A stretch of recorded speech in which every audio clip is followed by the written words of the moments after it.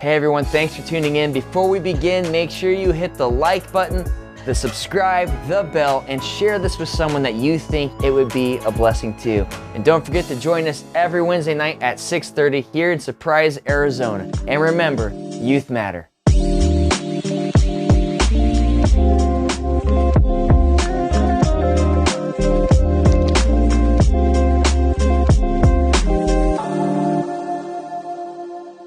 But we got to remember what Christ did for us. See, we can remember those butterflies when it comes to those people and that excitement that we have when we see them.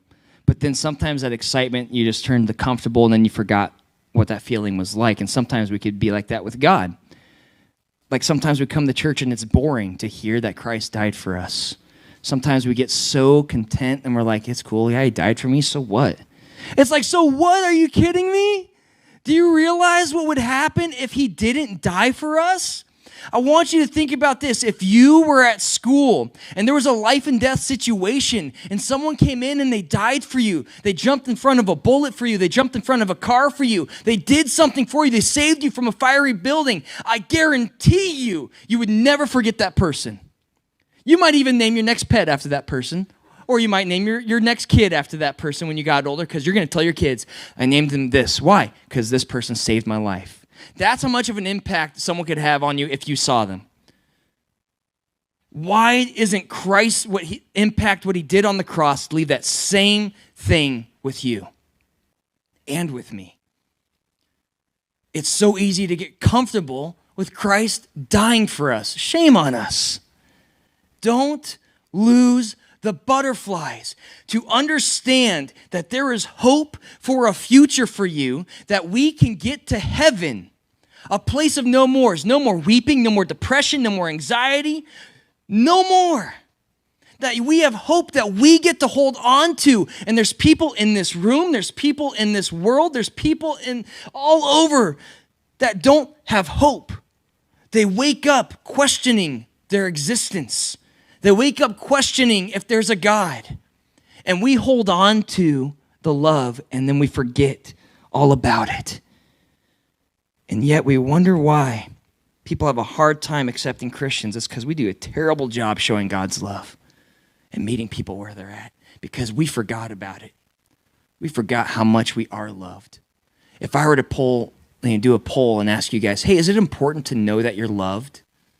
I think a lot of you would say yes. Why? Why is it important? Can someone be brave and raise their hand? Why is it important that you feel loved? Can someone be brave here? Yeah, Cammie.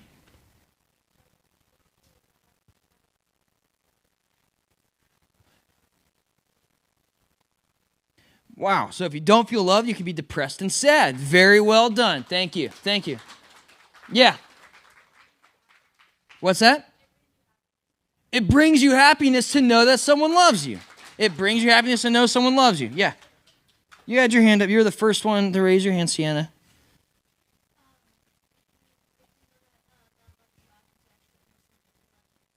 You understand someone loves you. You could grow closer to that person. It's important. If you don't realize that someone loves you, do you know how dark that world can go? You're hearing from someone who struggled with thinking anyone could ever love them. I was so caught up, and I still struggle sometimes, not as bad as I did. I was so caught up with thinking I've done way too much bad stuff. My parents can't love me. God can't love me. If my parents can't love me, God can't love me. And there's people in here who probably struggle thinking that their parents love them. And so if we don't understand that our parents, grandparents, aunt, and uncle, whoever it is that you're living with, if we think they don't love us, how can we understand that there's a God that loves us? That's hard. That's hard to think about. But you are loved. It's important to know that and to love it. Now, the question is, do you love God? God loves you so much, he sent his son to die for you, even if you reject him.